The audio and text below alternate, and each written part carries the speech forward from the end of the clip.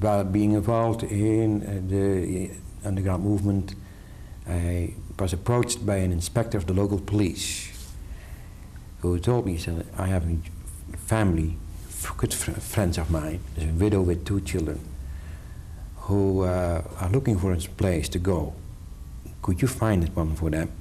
I promise you, if I find out that something will happen to you beforehand, I'll let you know. One night I went over to the people he introduced me to, Mrs. Freilich and her 2 teenage children, and I promised her that I would do my best to find a place for them. So I went to the eastern part of our province, where lots of coal mines are, and lots of people living who works in the mines.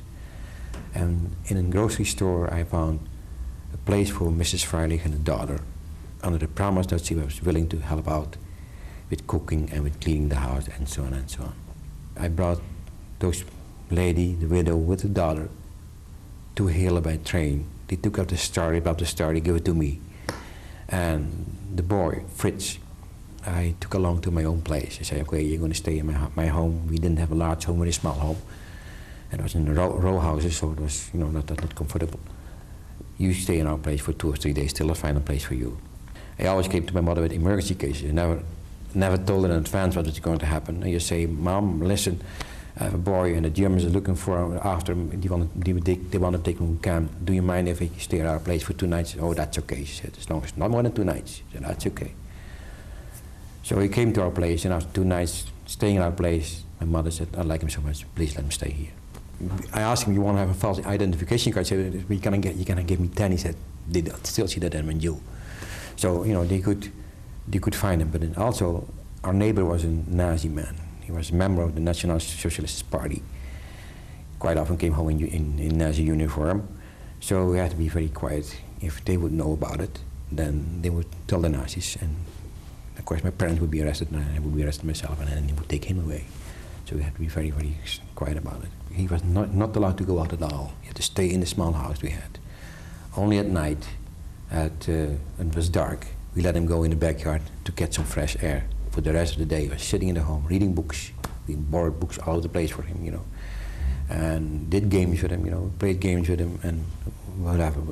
He helped my mom in cleaning the dishes, for example, you know, and preparing nice dishes. My father had made kind of a hiding place for him. He opened up a well cupboard that we had, and he opened up the floor, and then you could go downstairs under the floor in a dark room. You know, this wasn't a basement at all. So he said, in case of emergency, he said, you can always fly there and you can hide yourself. So one night, approximately 1 o'clock, we were in bed sleeping. All of a sudden, somebody rang the bell, the house bell. Now, we never opened up the door. We never did that because we want to give our guests the opportunity to go away.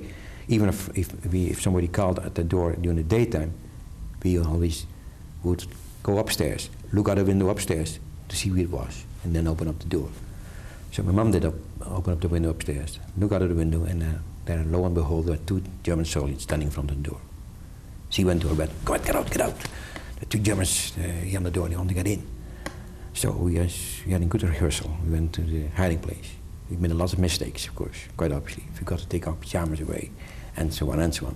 But anyhow, when we were in the hiding place and everything was finished, we thought it was almost an hour, but they opened up the door, and there were 2 soldiers. They were in the wrong place. They had to go to the neighbor's place. So they asked, I'm here at the Verwijs place. That was the name of the neighbors. I said, no. Oh, sorry, they said. So they left and went to the neighbor's place.